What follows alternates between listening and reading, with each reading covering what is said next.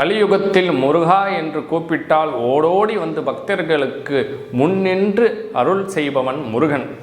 சிவன் தற்புருஷம், சத்யோஜாதம், வாமதேவம், அகோரம், ஈசானம் என்ற 5 முகங்களை கொண்டவர். ஆனால் 6வது முகம் உள்ளது.